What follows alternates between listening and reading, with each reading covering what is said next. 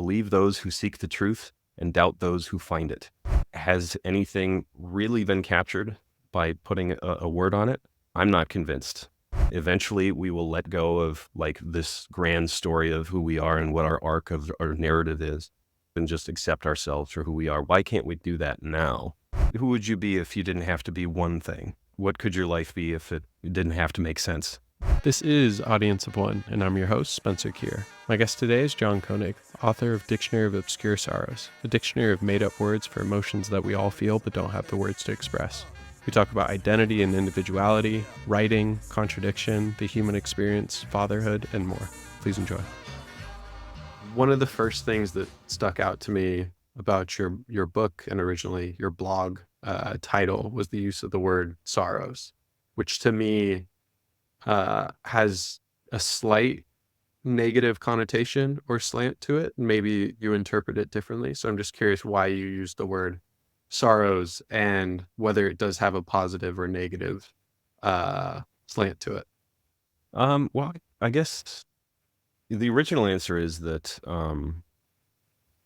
the title came to me first of the book, and so the Dictionary of Obscure Sorrows. I was sitting in my college library, and I just had an idea for a poem of that title, and the minute that happened, I just desperately wanted that book to exist, and what it would say about what we're all going through. So if you have sorrows or a tough situation that you're going through, that someone has been there before and that they've drawn a map of the wilderness inside your head. There's something really tantalizing about that. In the years since I've been working on the book, I've sort of developed a kind of an attitude about sadness as something deeply healthy and not to be avoided, that we shouldn't, put this sort of binary filter on our emotions and just sort of let them happen, because I think in a lot of ways grief and joy are intermixed. And the original etymology of the word sadness was fullness, and I mentioned that in the intro to the book, that it didn't mean there was a malfunction in the joy machine. It meant that life was filling you to the brim, and that's something to be celebrated, really. And I do feel that, and I do believe that. Sounds like I shouldn't have skipped the intro. I suspect that's where the answer was. So everyone skips the intro. Yeah, I never know when to read it or not. I think you alluded to the idea that you first came up with the title. I think it was back in college around 2006 or something. Yeah. And you originally started with this Tumblr page. Mm-hmm. How serious were you about it then? And did you have the expectation or hope that it would turn into what it is now? Or was it simply just a project that you were entering into for its own sake? Because I had the vision of a book, I think it was almost instantly something that I wanted to make, and I wanted it to be real. I mean, whether or not I, ever released it or published it, I wanted such a thing to exist. And so originally it was kind of a different concept. It was more fanciful terms that were, almost something like J.K. Rowling would, with her spells would do, where they were very elaborate, sort of Latinate kind of thing, to describe basically my own insane quirks and, things that didn't make sense at all, but it would lend them this sense of legitimacy, like, mastigio prestigiosus or something, for the feeling of, getting down to see my car in the morning and being mildly disappointed that it hadn't been broken into. I don't know why. I lived in a rougher neighborhood then, but and so there was always the expectation of it. But when it didn't happen, I was like, oh, okay, well, nothing happened. That's fine. Or the kind of vague loneliness of the end credits of Saturday Night Live. When they're all gathered there on the stage and hugging, and they don't really know each other, but they kind of want to get out of it anyway. Forced and weird and happy, and I don't know. Anyway, so that's the kind of thing originally I did, which is a little more kind of observational comedy almost. But the longer I stood with the project, the more just myself came out, and I could talk about things that weren't necessarily quirky or funny or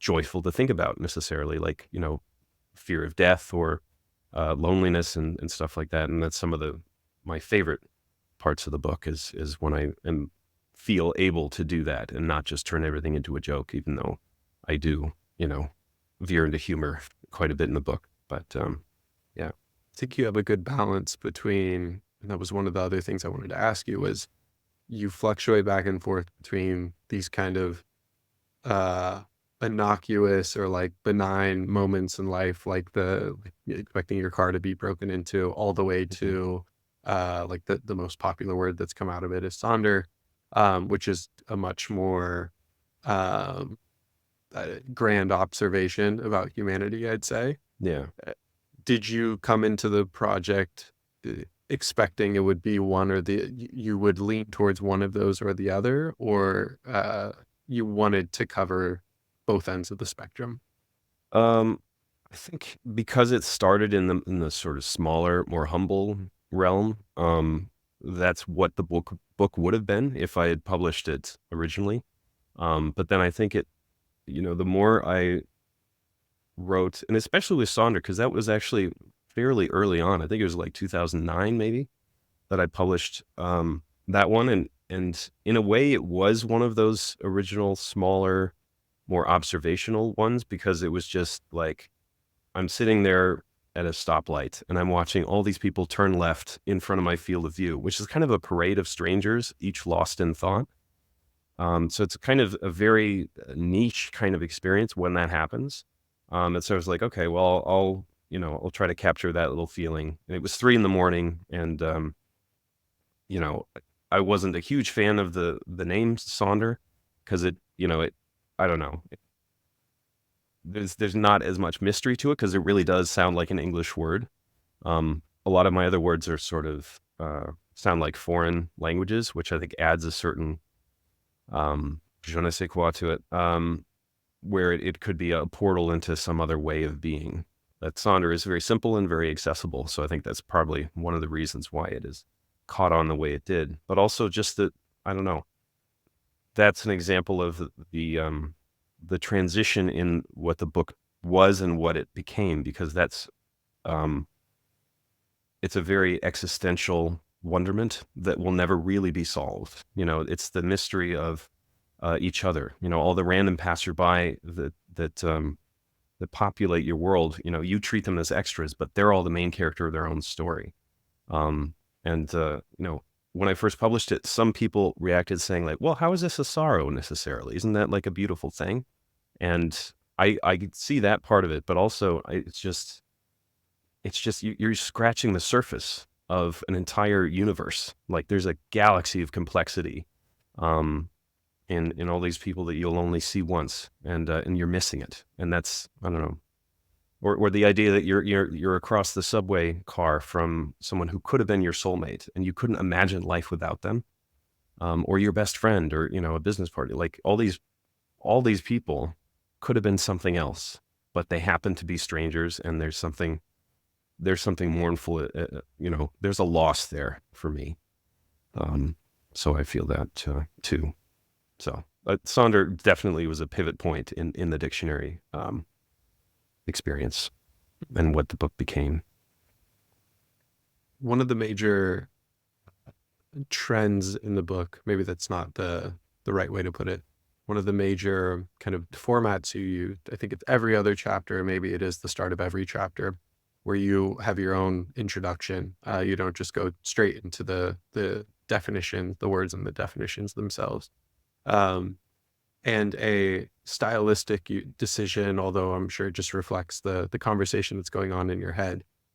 There is this dialogue going on where you kind of go back and forth between, um, I'm supposed to feel kind of sadness or loss about this, as you just alluded to, oh, this is just the way it is, like life keeps moving. But there's this dialogue going on that I noted, and I recognize it because I have the same dialogue in my head. I Yeah. overanalyze everything. I'm incredibly observant. Maybe that's why the book resonated with me so deeply. Mhm. Um, how have you personally dealt with kind of that oscillation between, this is something that I should feel loss or sadness about versus, well, this is just the way things are. And I think the human tendency for trying to resolve that situation, whether that's picking one or the other, um, or has the resolution for you been simply putting it down on paper and that's enough? That's a great question. I think my favorite quote and the thing that comes closest to a credo for me is Andre Gide's "Believe those who seek the truth and doubt those who find it." So having a sort of open frame on what the truth really is, and in a sort of humble awareness that you don't really have access to what the truth is, or even that there is a single universal truth. Um, and so in a lot of ways, in these longer definitions that you mentioned, that are sort of, they alternate with a lot of the shorter ones. A lot of them focus on the ways in which we try to reassure ourselves, and how faulty they can be if you really look into it. Um, so I like to sort of tug at them and replace them with something. Maybe it's a little more true, but then it's a little less comforting. Um, like, in the first chapter, onism is the awareness of how little of the universe you'll ever get to see. So it's a very sort of a wanderlust kind of definition. I wrote it while I was moving to Budapest and, in airports and everything, and just the sheer enormity, of the countries that you're flying over. Um, the fact that you're seeing it at all is just a miracle. And you can see the roofs of houses, but you'll never see what's down there, and you'll never have time to really to do it all. So a lot of the book plays on that sort of, um, I guess, a dialectic between the known and the knowable, and and whether it should ever really be resolved. And I think uh, a lot of where I try to land is just sort of making peace with the harmony of knowing and not knowing. We just, that's all we can do in the end.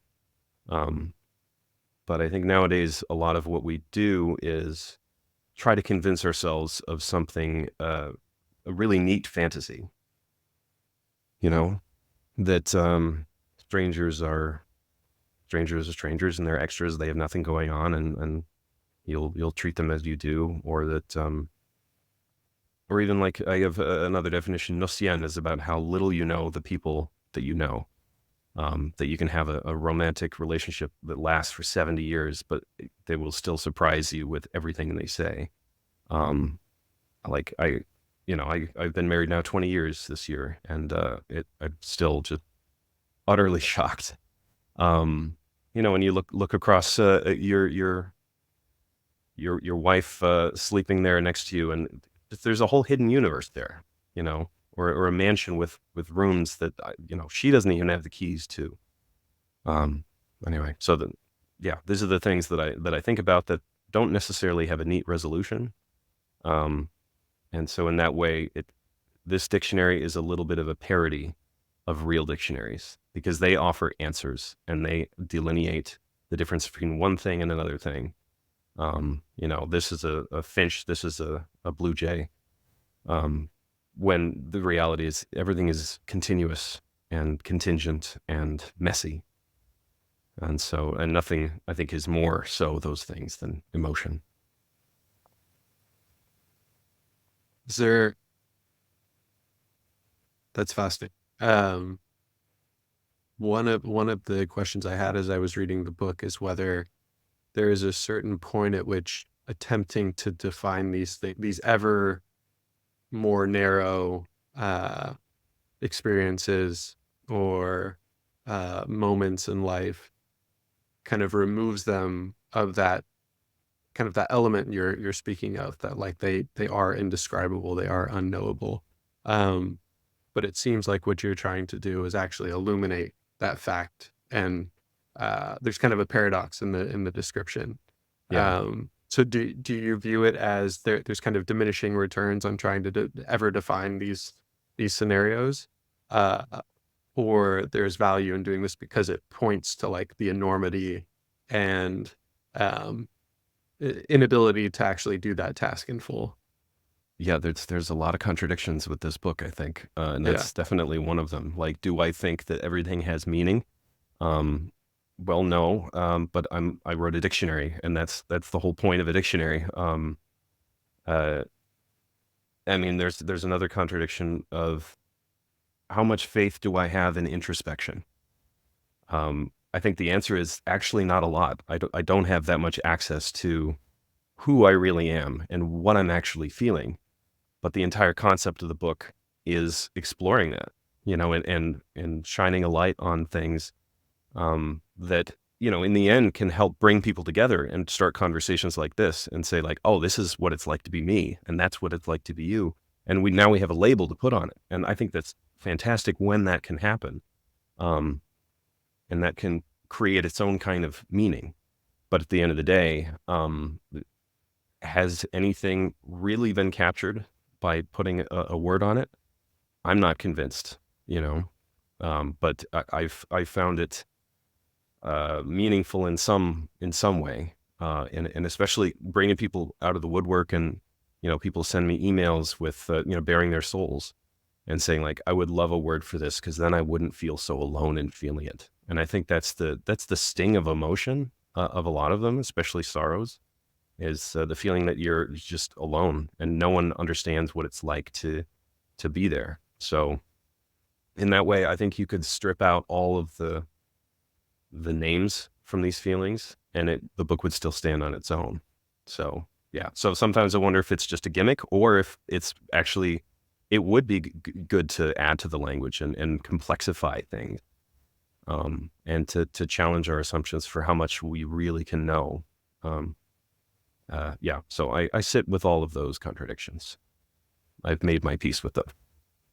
That the word contradiction has been a theme throughout all the episodes of my podcast, and I think in Mhm. particular for this one, uh, I started a bunch of different questions in my notes with how do you balance Yeah. X and Y, Right. this tension between them. How do you know when you do one versus the other? And I think that just speaks to the contradiction. Yeah. I did want to push on one thing, which was introspection, which obviously this whole book is kind of a meta introspection. Um, you said that you don't find it actually that valuable, which is uh, maybe a conclusion I've been coming around to myself, or at least there is a extent to which it is, and then it falls off pretty dramatically. Um, can you just speak a little bit more about kind of your experience with introspection and where you stand now, and uh, what you do instead of introspection, if that's just like simply living and being, but how do you, as you seem to be a very analytical and observant person, how do you, whether it's quiet that voice or push it to the back, or you let it run still, but you just aren't paying it as much heed? Yeah. Um, I think especially since the book was published, I think a lot about that, and the limitations of how much of things I have access to about myself with my perspective. Um, I think we take in 11 billion bits of information every second, and we are made aware of 40 of them. Like, that's insane to me. And so, the idea that you know why you're feeling sad right now, or that you know why you're particularly excited, a lot of it is just our sort of storytelling voice trying to make things make sense. And that's the job of that voice, but it's one voice among, let's say, 30 others that are all me, and they all sit under the totem of I.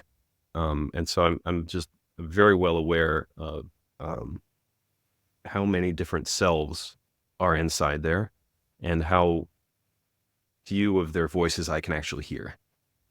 There's people I used to be, or thought I used to be, that vanish for decades, and then suddenly they're back. Parts of my identity. You try to outgrow, only to find them, showing up at your door again one day. Um, and so, the limits of self knowledge lean on a lot of the other flaws in human perspective, like memory, the limits of memory. Whenever I get back together with someone I used to know, I'm just shocked. But like, we have totally different like records in our heads of what actually happened. And so the idea that anyone can write a memoir, it just boggles my mind. I don't know how you do that with any kind of confidence.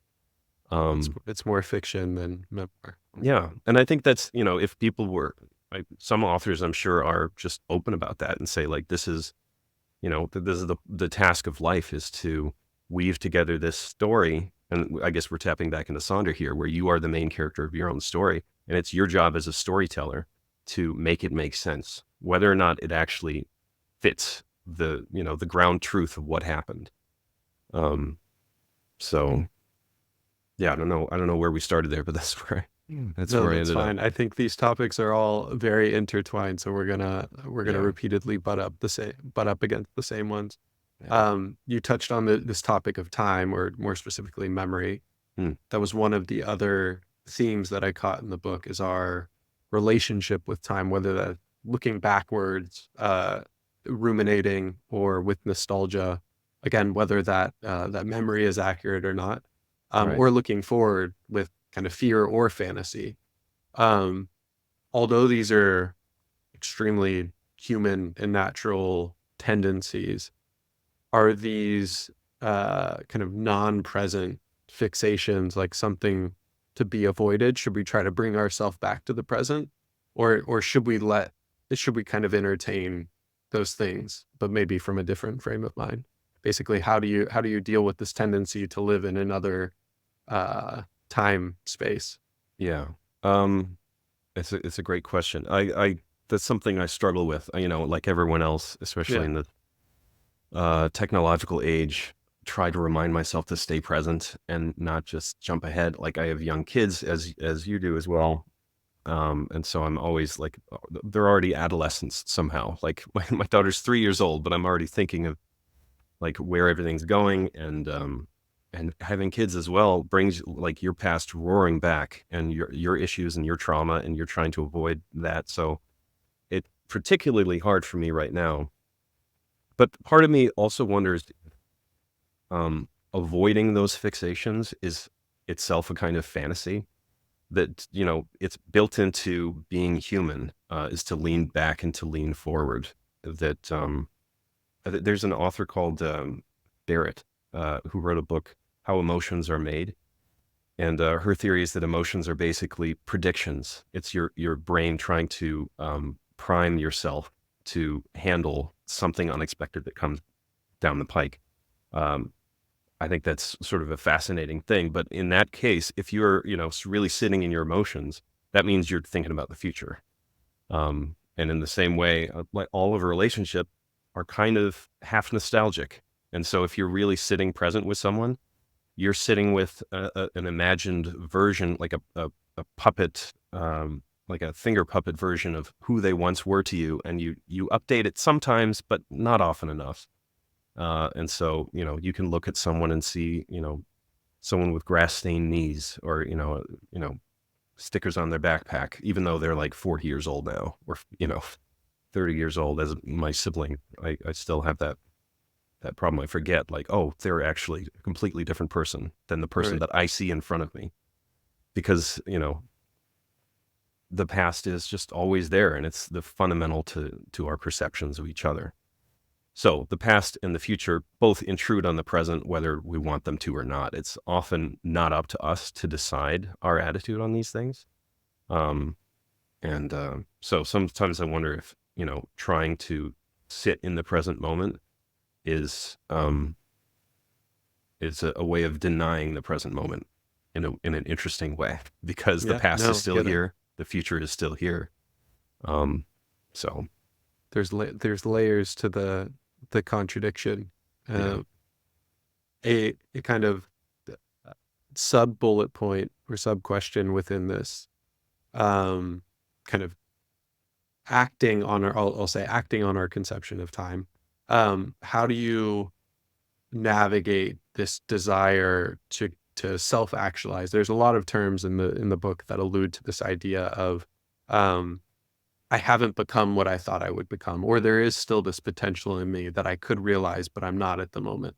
Mhm. Um, how do you navigate that desire to become that potential future self while also being content with the present and giving yourself a bit of grace? Like it's okay not to be Right. that 100% of that thing you've always um, kind of created this outline of in your head. Yeah. Um, yeah. I'm throwing the That, big ones at you. yeah, So no, I love the big ones. I think the hardest definition for me to pin down is called ambido. And that's sort of um, the awareness of the present moment as it's actually happening beneath everything, all the expectations you bring to it, including language.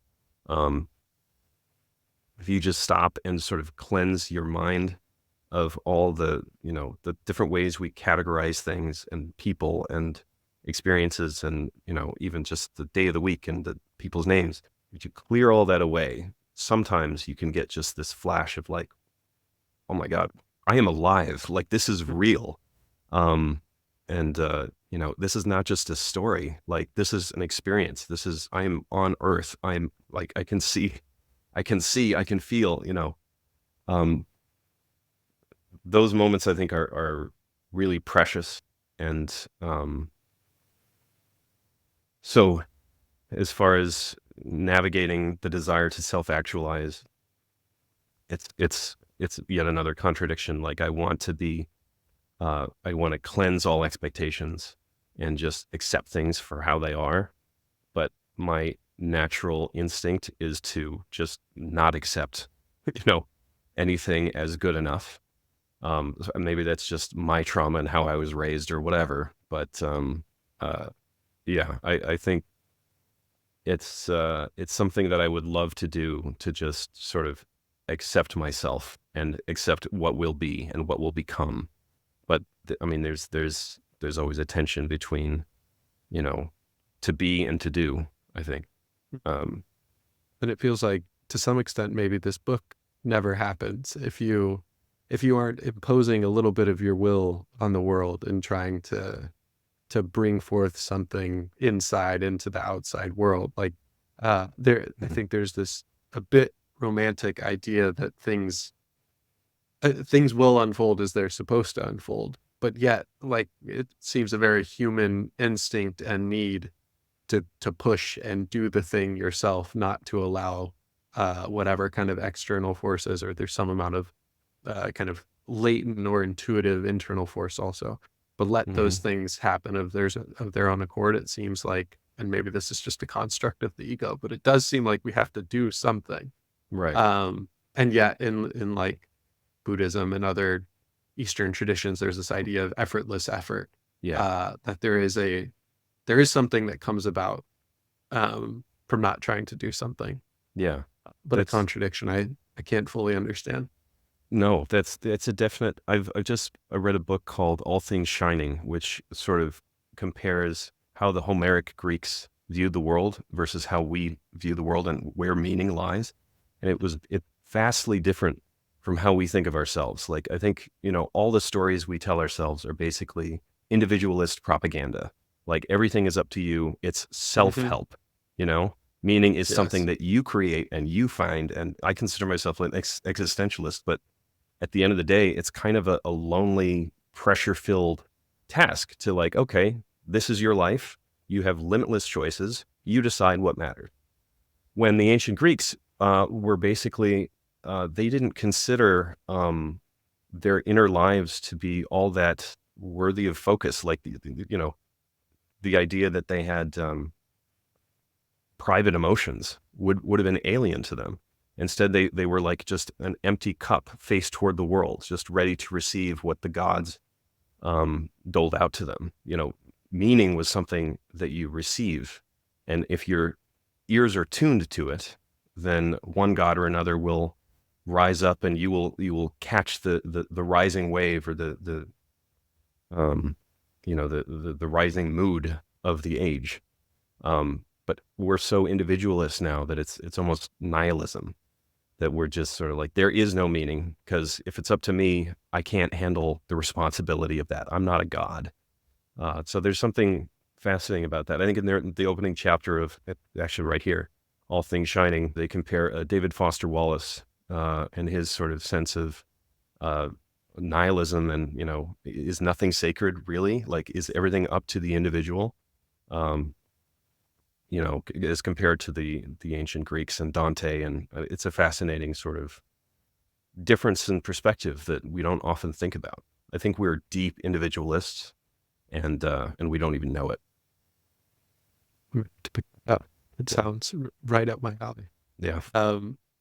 One of the other overarching themes, and this one has a number of kind of sub themes within it, that I caught onto is, and we've already talked about this at some length, is the inconsistencies between how somebody actually is in reality and then how they're being perceived. And so this is both interpersonally and intrapersonally. So it's how we Right. see ourselves, how others see us, how we see others. And these are just never in alignment with reality. One, because we're constantly filling the gaps with this imagination, which we already talked about, but also two, because of another point you made, that there's this interiority that's like shielded off from us, no matter how much we know. Can never get really to the core of somebody unless you're inside their head. And it seems like even in some cases that's closed off to us in regards to our own self.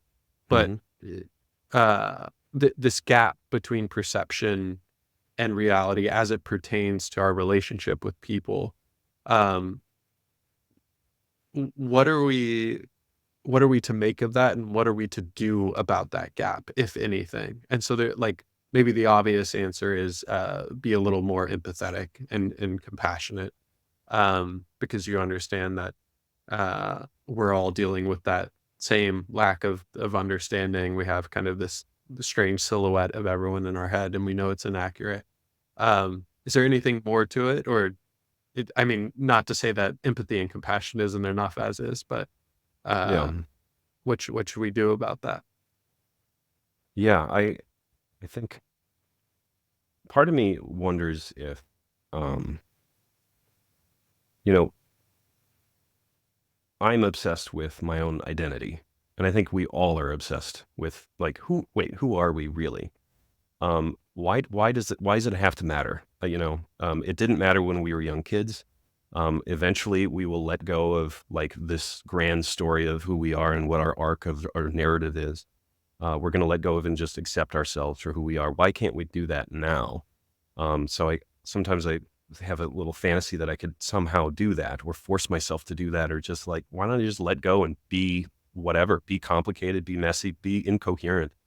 But I think there is some practical reason that we do it, especially in midlife. I'm 40 and I have two young kids. Like, I need to create a model of the world and of myself in that world in order to try to control it. I think ultimately it's about control, just controlling the chaos that comes in and try to figure out what your best strategy is to deal with it. Because if you were only just responsive and just, taking what comes at you, I don't think you would really get much done, and you would just be sort of floundering in the waves. So there's something deeply practical about that question. It's not just navel gazing. It's like, this is something that you need to have an answer for in order to, keep yourself from drowning in adult life. If you have responsibilities and you have things to do. So I don't know if it that's still a very Western point of view. Um, it may well be, because I have to navigate life in the West. So maybe we all need to be heroes of our own stories, and we all need to, navel gaze about who we are in order to get by. And maybe that's okay. I don't know. I think it also goes back to the quote you shared towards the beginning, which I'll paraphrase. Hopefully I don't butcher it, but something to the effect of, we should be pursuing truth, but also be wary of people who say they've attained it. So it's Yeah. this notion of, we need to have some model of a thing in order to operate on it or with it. Otherwise, if you're attempting to construct a model from scratch every time at like the point of contact, Right. then you're going to be immobilized. Yeah.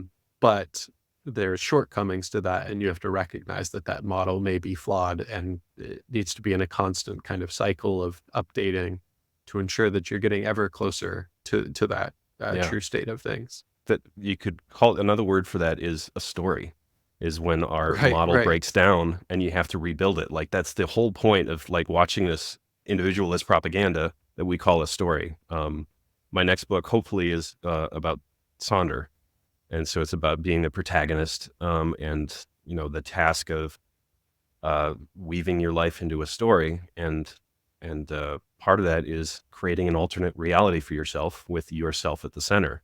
And why do we do that? And why do we do that? At each other's expense. And is there another way to live? These are all questions that I have, but this is why I've been looking into like the structure of storytelling, and it's a fascinating, uh, almost it reminds me of the Matrix, really, because it's just Mhm. this dream world that we all participate in, this controlled hallucination. Um, anyway, I could go on and on about it, but No, we can yeah, let's double click on that. One of the first questions I had about your next book is how. So I believe the format is going to be more. Um, I don't want to put it into the self-help genre, but I think inevitably what comes out of it is hopefully a better understanding of the world and something that I can apply to myself. Um, what what genre would you put it in, and then how would you uh, uh, distinguish it from your first book, which was obviously more kind of observation and dictionary? Then this seems to be more about application. yeah. I think it'd be amazing to illustrate what it would be like to have the point of view that could cross, uh, like a laser in a dusty room or something, like cross a population of people. And so you have like short stories that sort of you get the flip side of each one in turn. So a word for that is the Rashomon effect, in which you get, 4 or 5 different perspectives on what actually happened one day, with a mugging in the forest or something. And so, typically we read a book with one primary point of view that is taken as maybe an unreliable narrator, but that's taken as the truth. But I just wonder if like whenever you read something with just a really distinct point of view, like you remember that there was a viral short story from a couple of years called Cat Person. It was about like basically a woman dating a guy who seemed really nice, and in the end, it all curdled, and he called her an epithet, with a nasty text at the end of the night, revealing that all along he was just this nasty person. But anyway, so a ton of female readers, especially, said that they just felt that perspective resonated so much with them. But I always wanted to see what was the other side of that, you know, and what pressures is that got. Not to say it would excuse anything of acting, dickishly, but yeah. Whenever you get one of the viral stories on social media, I'm just desperate to hear the other side of the story. Um, and it could be in a completely different genre, or it could be focused on something completely different. Like, they could be focused on someone entirely off screen that you didn't even know existed. So in a way, it's sort of these little short stories that kind of interrelate and keep switching that perspective. Um, and hopefully, hopefully that illuminates and kind of humbles our sense of perspective and how much we're actually getting, and see the hidden pain and the hidden connections and the hidden talents and all the things in each other that we're missing. One of the other, and again, I think we're going to continue to kind of brush up against a lot of the same major themes here, but uh, a trait that it takes to create the kind of work you did, that I think is core to it, is sensitivity, just sensitivity to the world. Um, and you in particular have it towards like the human experience. Have you found that actually in some ways makes life more difficult? Do you wish at times you were less observant? Does that create unnecessary stress for you? Um, I mean, the unexamined life, is it worth living? This is a very fundamental Yeah, question. But I probably it definitely has a cost personally for me. I think it cost. Yeah, makes me more shy and reticent and indecisive to just try to always remind myself of like I don't know the backstory. I don't know what that person's going through, and so that leads me probably to be more overcautious and sharing less of myself with people. So I think that's probably an example of the cost of that. Um, but that's the thing about perspective. For all I know, I'm less observant than most other people. Because you see two friends at a cafe who are hashing over the details of conversation in a way that I don't think I could do if someone tried to pay me to do that. I don't necessarily think in that fine grained detail about that particular part of life. So it could be that me sitting in a room, I'm sensitive to certain things, but I'm also blind to tons of other things that I'm not even aware of. So, uh, but you know, yeah, I don't know. It's maybe above my pay grade. I don't know. yeah.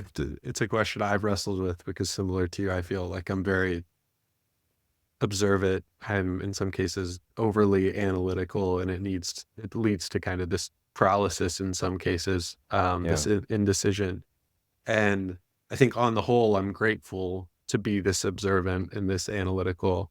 But to your point, I think cost is the right word. It's not. I shouldn't say it like a negative implication. It's just there's a trade off to it. right.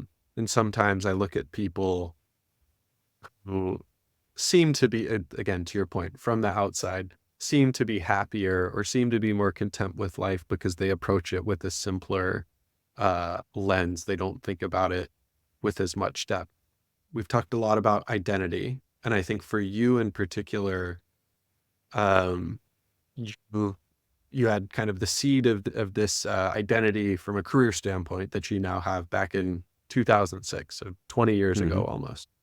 Um, Do you feel at all like you have been kind of pigeonholed into the guy who does the dictionary of obscure words?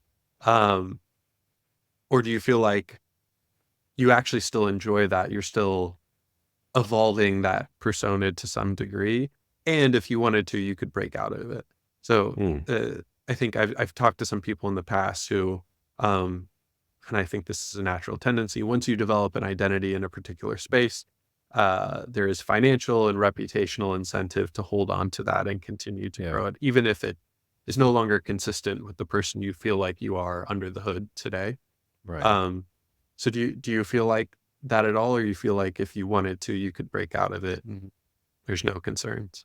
One one nice thing about this book, and I guess you know this brand is that it's so wide open and broad. I mean, my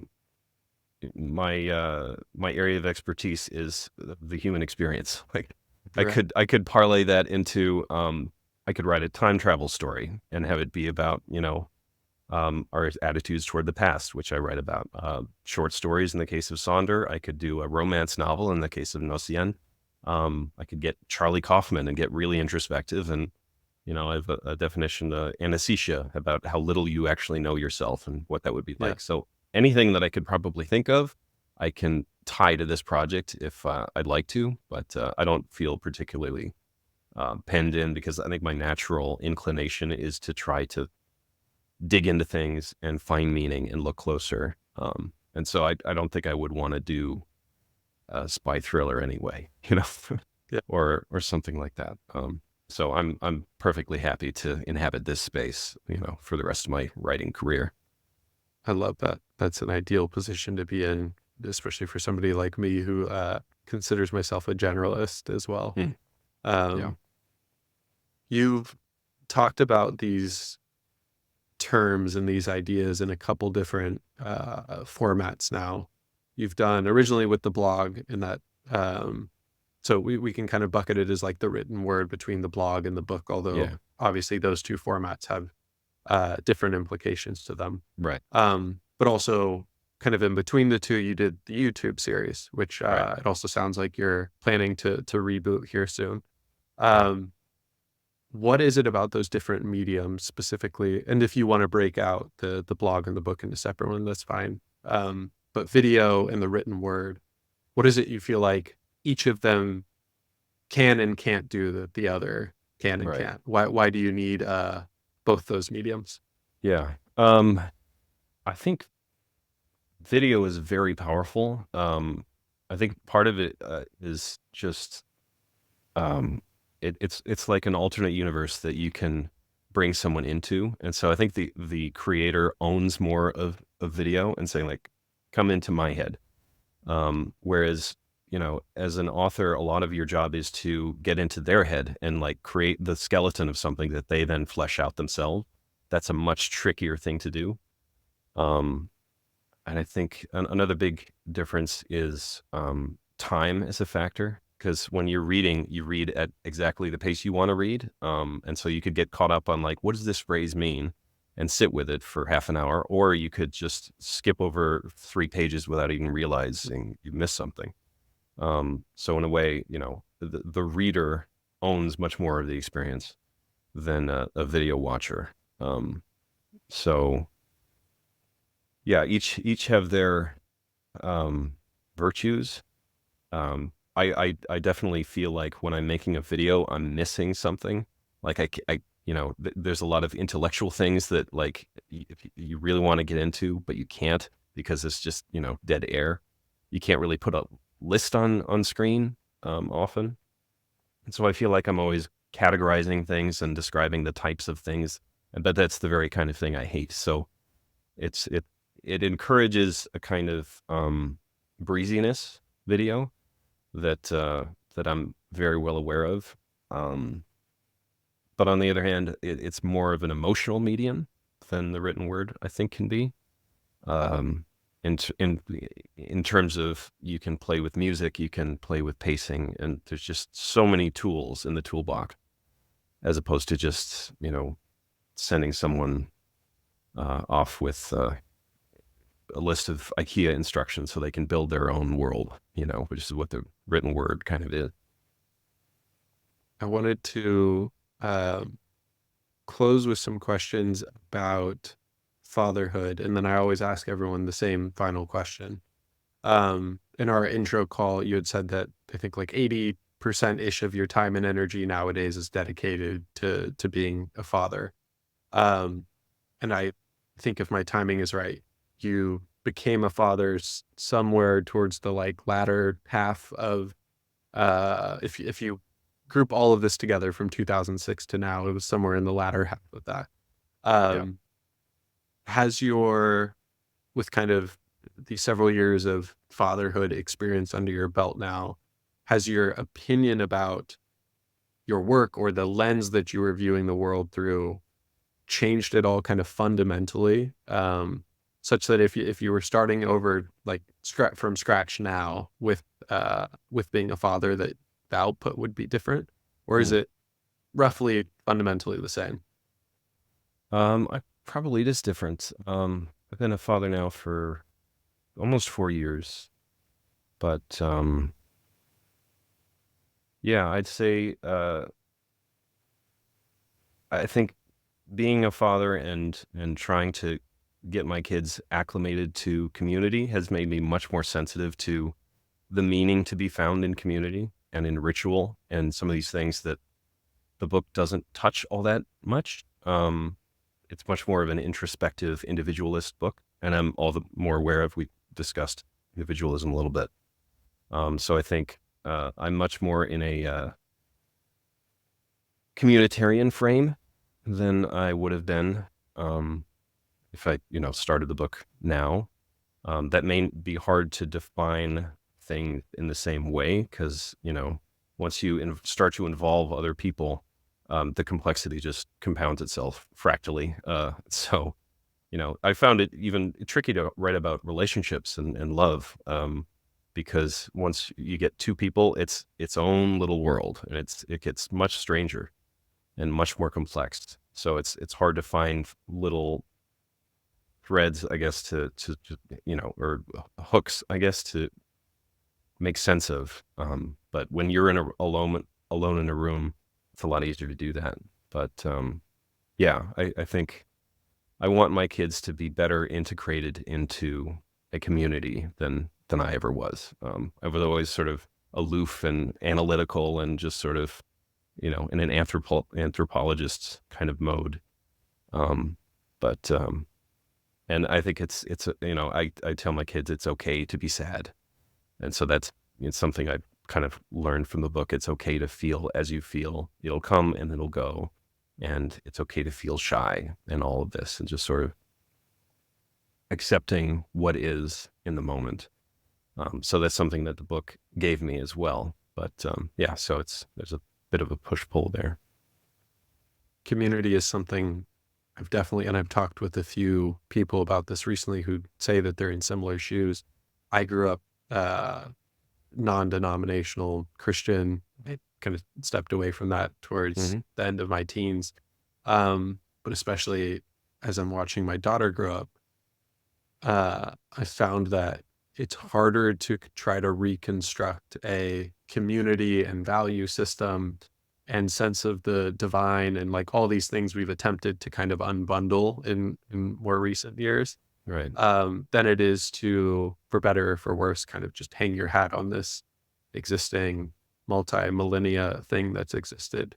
Um, is it for you, is it more about the relations with the people that is missing, or is there also something else about community, like I was alluding to, that's missing when it's just purely an individualistic kind of lens that you've provided through the book? I think part of it is just on a very basic level, where does meaning reside? And I think in my first 30 or so years, that it was something that, like David Foster Wallace, is something that by sheer force of will, your individual will, you can make it happen. You can create meaning from nothing. Um, but um, there's also, I think there's a Melville quote that says, like, I think we should lower our sights and find meaning in the table, in the wife, in the fruit salad.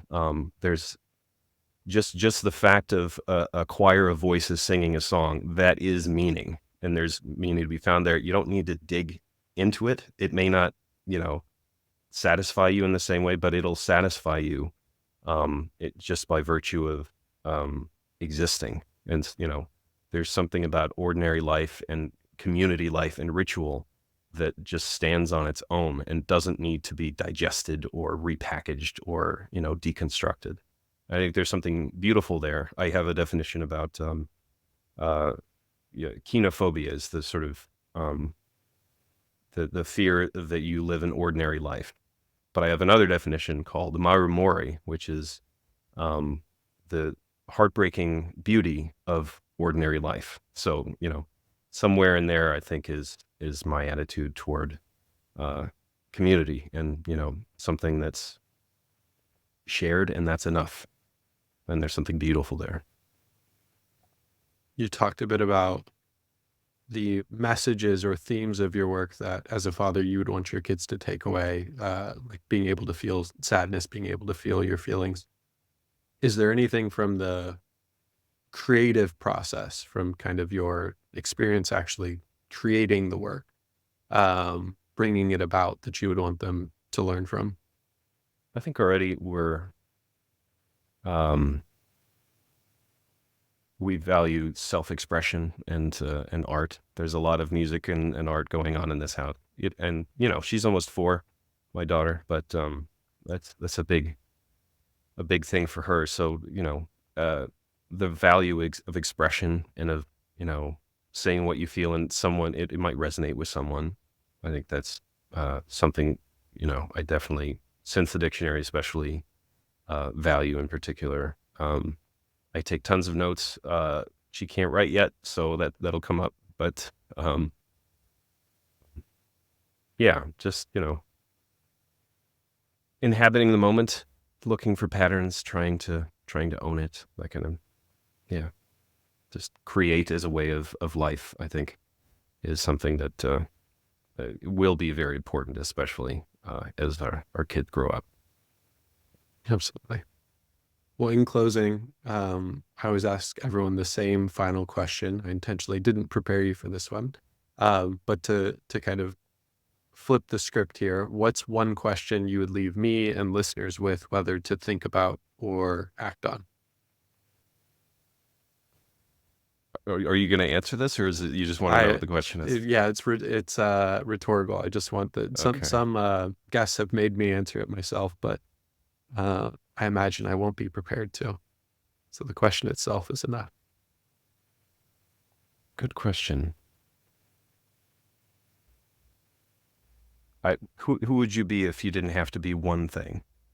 You know, um, and what could your life be if it didn't have to make sense? I think that's, yeah, something I think about, um, is how much we limit ourselves in trying to make sense of anything. Not everything has to mean something. You don't have to be a consistent person over time. You don't have to fit in with anyone in particular. So something in that vein. Beautiful, John. This was a lot of fun. I enjoyed preparing for this one in particular, just because of both the breadth of the topics that were covered in the book, but then also, as we touched on in the episode, returning to like a few themes, Yeah. um, and contradictions. So, looking forward to the next book, as well as you restarting the YouTube series. Yeah. Thank you. It's been a pleasure. It's a wonderful Awesome. conversation. Thank you, Spencer.